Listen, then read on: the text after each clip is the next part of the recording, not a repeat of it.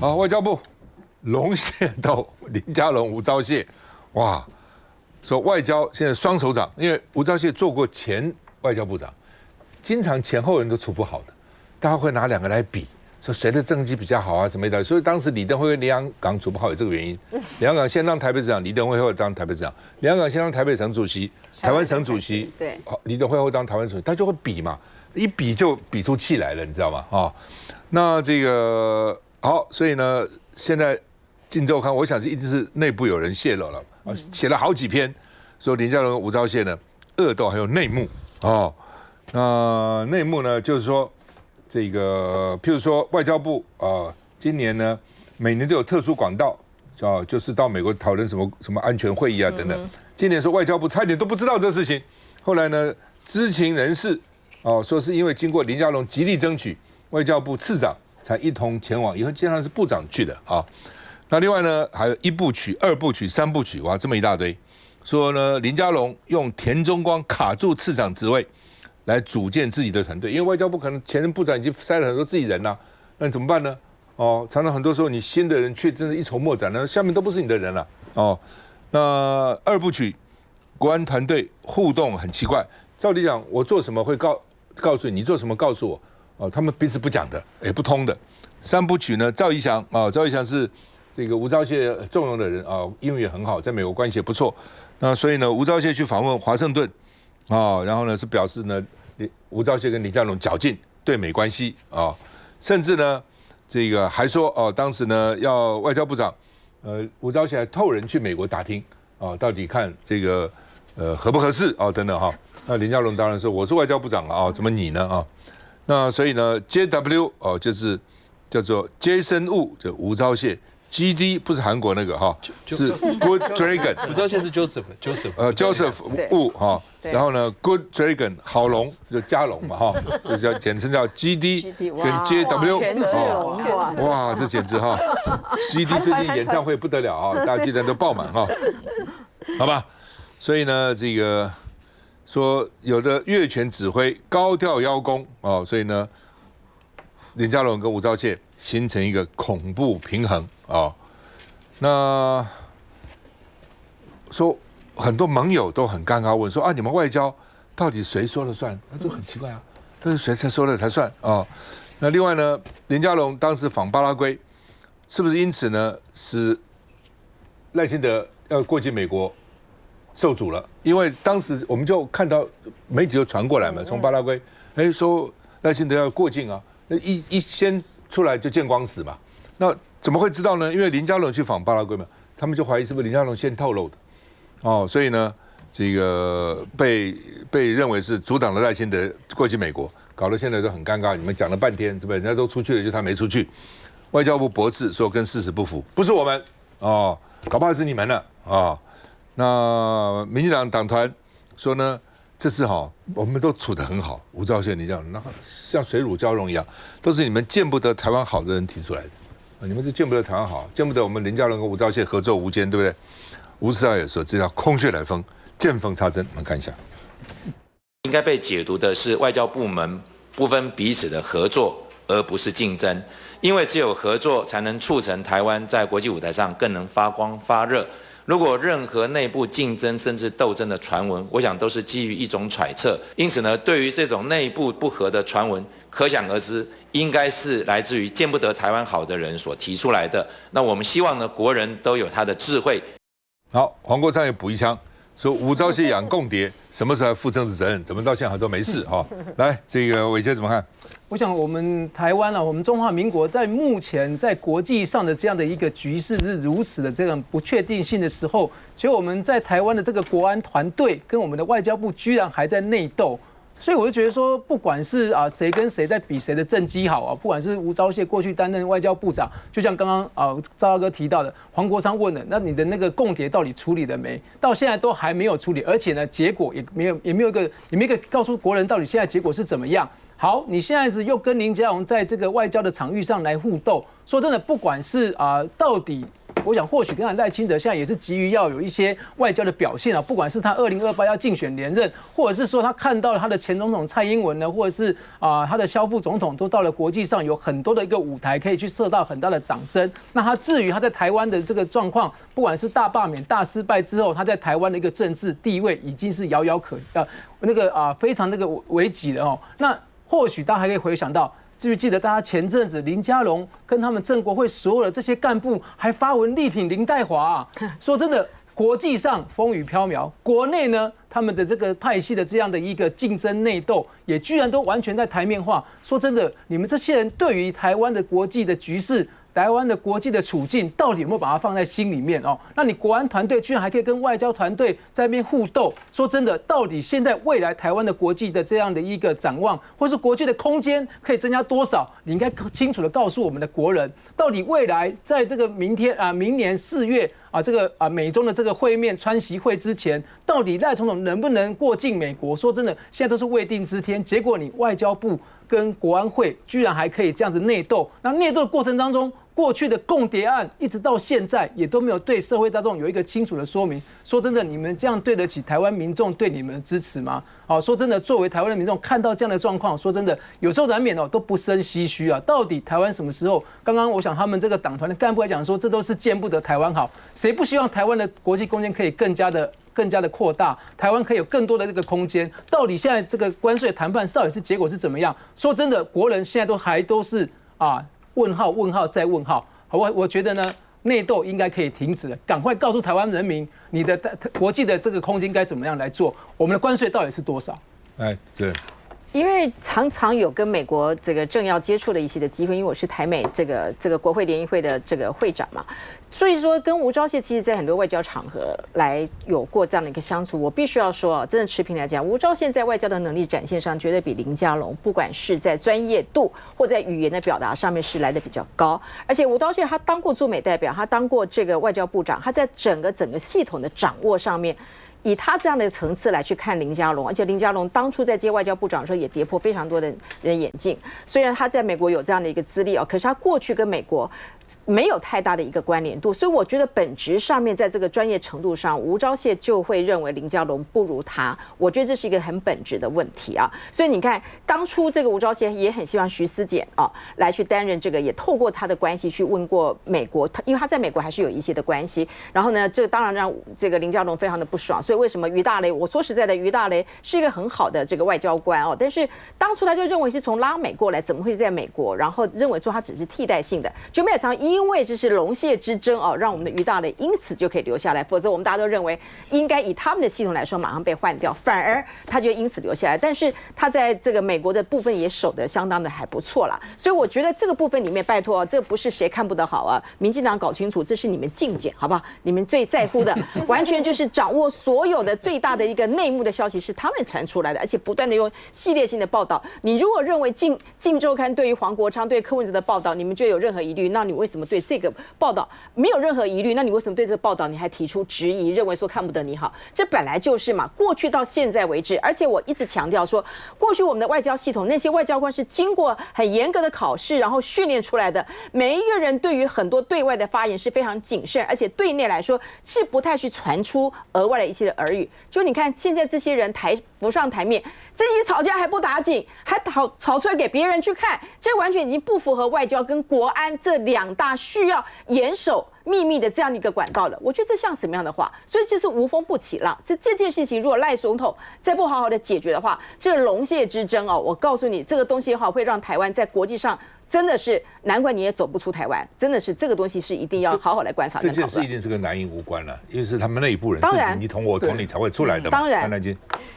我是记者出身嘛我们最想要知道的就是说谁在幕后放消息，到底是哪个系统的人去掌握了跟这个《镜周刊》的这个管道放出这些消息，然后要斗另外一边。所以我真的是很认真的把这个《镜周刊》写的呢都读完了之后呢，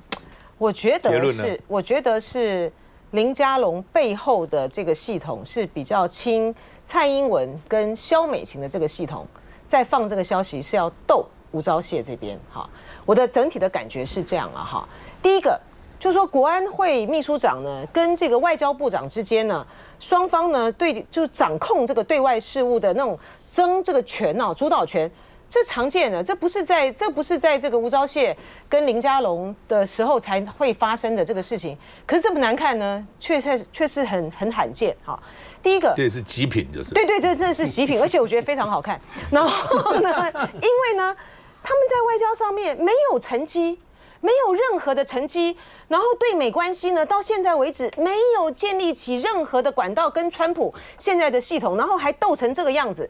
而且最不应该的是。这就是暴露了说赖清德呢完全没有人马哈，然后呢又罩不住，才会变得那么难看。吴钊燮本来就不应该坐在那个位置上了，不管他怎么样了，不管他英文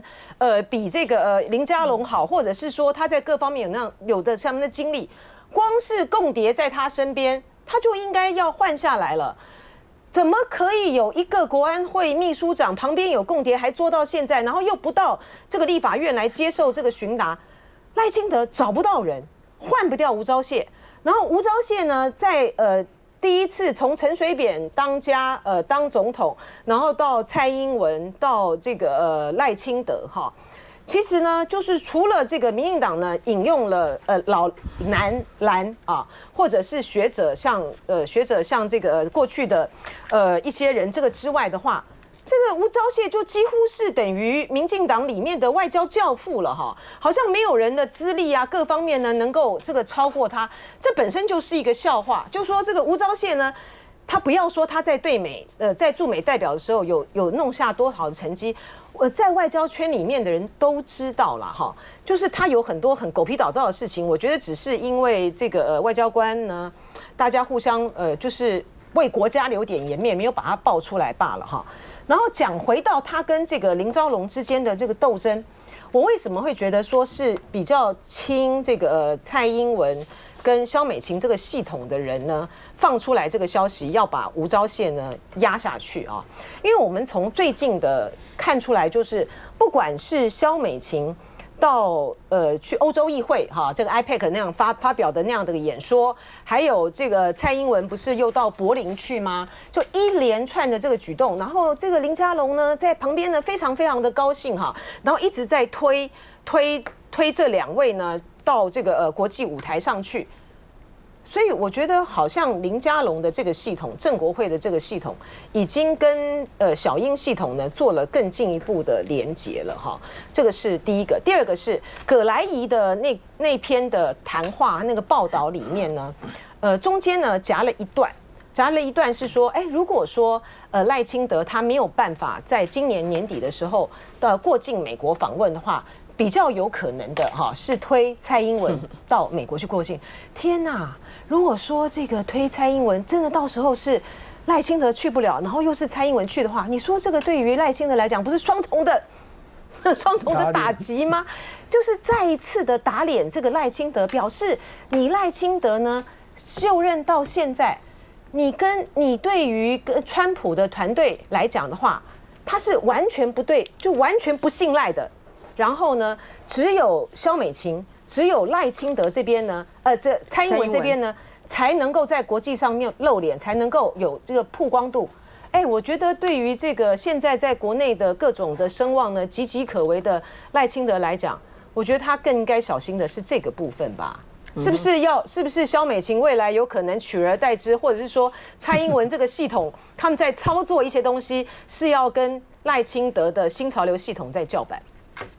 休息一下回来。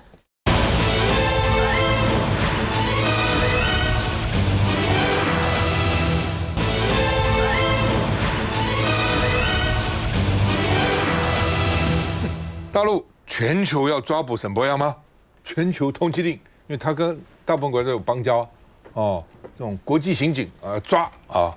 国台办说依法终身追责，一辈子都追着你。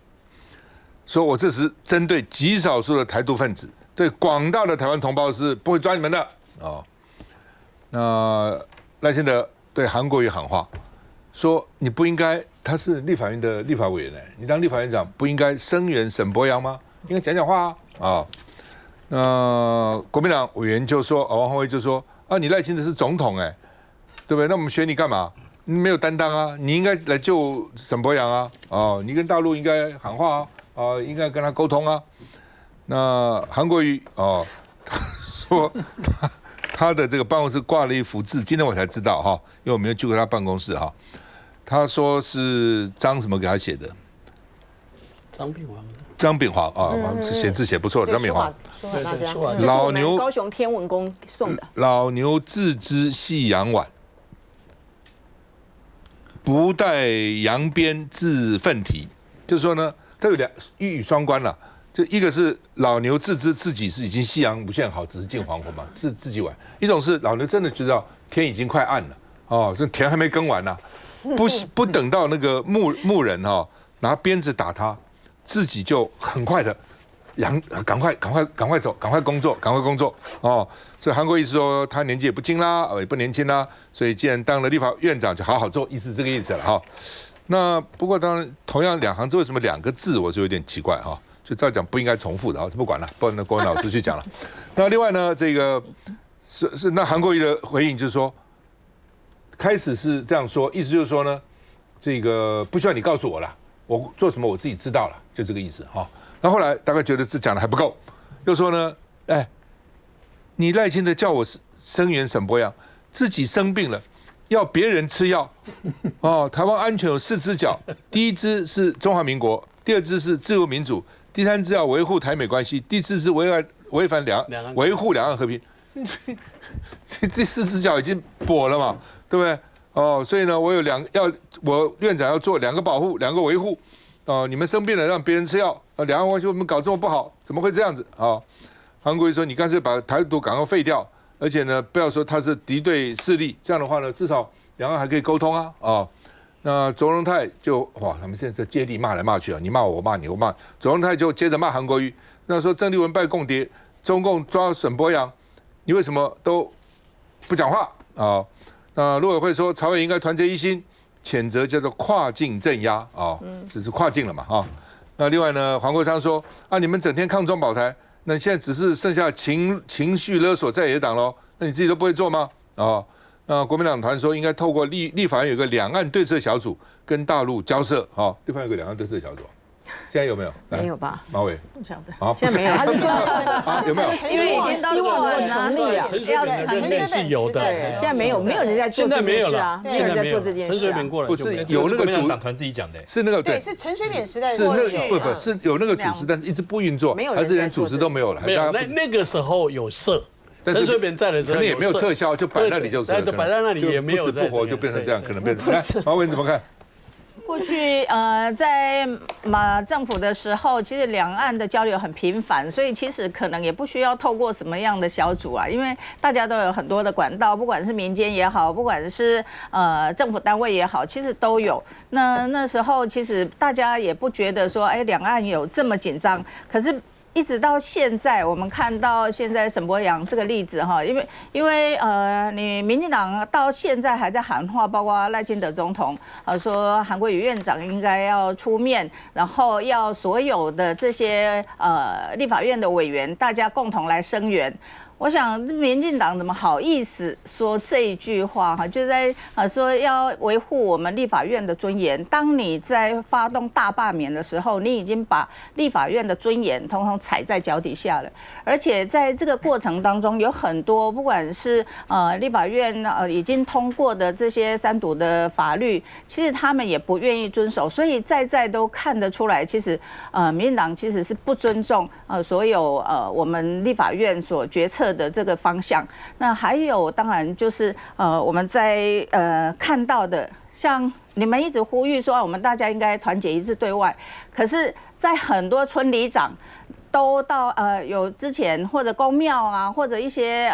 公教人员或者一些大家在两岸交流、民间的交流，大家是受到怎么样的对待？那回来都被问东问西，有的甚至问半天一天。那这一种你在制造这样的寒蝉效应的时候，你现在可能会受到抓捕的时候，其实开始你会自己会紧张了。我想，其实这个两岸之间所有的关系，其实应该要透过对话沟通，要怎么样去做一个和缓的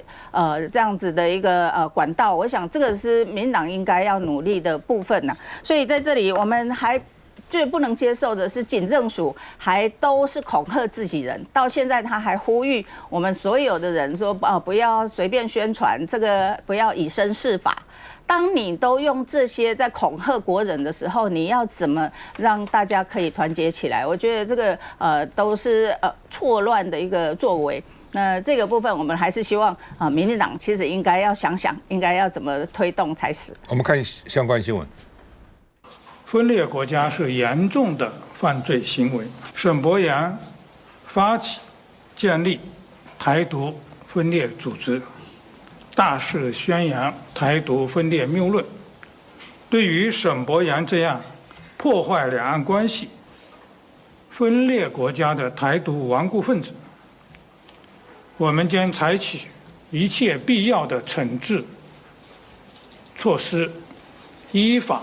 终身追责。被大陆以涉犯分裂国家罪立案侦办，展开全球抓捕。对于政治的主张，对于言论主张的打压跟设限。你主委，你的回答哦，我替沈伯洋烦恼呢。陆委会主委邱垂正的答案，连执政立委都觉得迂回，对赖总统更喊话，立法院长韩国瑜应站出来声援沈伯洋。我先讲我一下，我想讲我心里的话。今天一个人生病了，让别人吃药，从赖清德总统点这个名，我们很明显看得出来，真的是自己生病让别人吃药。陆委会定调就是典型的跨国镇压，但在游行借此展开行政斗争。那张宇开会的时候表现，我觉得韩国瑜院长确实这个时候应该要做出我们国会的首长一个高度，那个高度就是他只不用讲太多，他只要说我们国家的立法院立法委员要讲什么，是受到我们的言论自由的保障，就这样子，我们全力声援他。这么简单就好了，你不需要去讲到两岸，你不需要去讲到任何其他的东西。任何一个外国的势力，任何一个境外的势力，他在要用他们自己国内的法、国内的什么刑法来去追捕我们国家的公民，这件事情本来就已经是很有问题了。那更不用说沈伯洋这是中国所做的这个沈伯洋的这个什么犯行，就是政治啊，就是言论啊，还是难道还是真的什么刑法吗？当然不是啊。所以，而且中国这种事情又不是第一次，而且最近一直到最近11月5号，中国驻纽西兰的大使王小龙，他怎么样？他写信给好几个纽西兰的议员，为什么？纽西兰这些国会议员去参加了我们的双十国庆的酒会，所以这个王小龙写信去骂他，说你违反了我们这个中国一中的这个原则，如何？结果呢，纽西兰的外交部长直接出来说，我觉得这个王大使对于民主自由、言论自由的理解非常的浅薄，就直接这样子讲啊。你说纽西兰不重视对中国的关系吗？当然重视啊。但是当这一个国家它已经超越线的时候，它对于我们的，尤其是我们民主选出来的国会议员的言论自由，它既然画出一个红线的时候，这个时候身为我们国会的大家长，当然是要出来维护我们每一个立法委员的言论自由。我觉得我个人觉得说，叫韩国瑜出来维护所有立法委员的这个言论自由，我觉得绝对没有问题。包括我们自己，如果说沈伯洋今天因为犯了什么样的罪，然后是长臂管辖，你把我们的这个国会议员全部抓走，我们也会站出来。但今天不是这个样子，今天赖清德是指明这个韩国瑜需要来do something。请问韩国瑜能够做什么？他的这样的宣示，就是我刚刚讲的啊。对，他能够怎么样 ？Come out and say something。Say something。对不起，这不是 say something， 他有讲，但是今天点名到韩国瑜，你完全忽略你一个总统的高度跟应该对于两岸关系你所要承担的角色跟责任，所以韩国瑜才会讲出那句话，否则这个对大家来说，中华民国的国民本来就应该受到保障，这完全没有问题，包括我们自己立法院，对我们立法院同僚也绝对没有问题。可是今天赖总统点名他的意旨不是在这个地方，他就是一副现在发生事情了，你韩国瑜出来负责吧。那你这样的一个总统的部分来说的话，所以你的角度不应该是如此。你总统本来就主管外交、两岸，就是你，不然要选你干什么？所以今天的症结点是在这个地方啊。所以韩国瑜才会讲啊，你生病要叫别人吃药，两岸问题就是你自己造成的，你今天还要让韩国瑜来解决，所以完全不是这样子的一个逻辑啊。没有，这刚才志豪议员说，韩国瑜应该要保障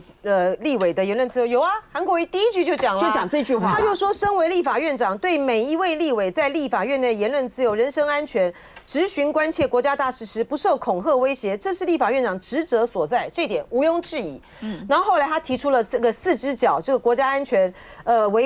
保护中华民国，保护民主自由，维护美台关系，维护两岸关系是4只脚。那他现在就说，你这些呢，除了这个美台关系之外，你其他3只脚都被打断了，所以他才延伸了很多，然后苦口婆心的要赖清德呢，你就废除台独党纲，然后如何的回到维护两岸关系等等，他是有一套论述的。所以韩国瑜今天的这个讲法非常的好，而且我觉得呢。韩国瑜呢，他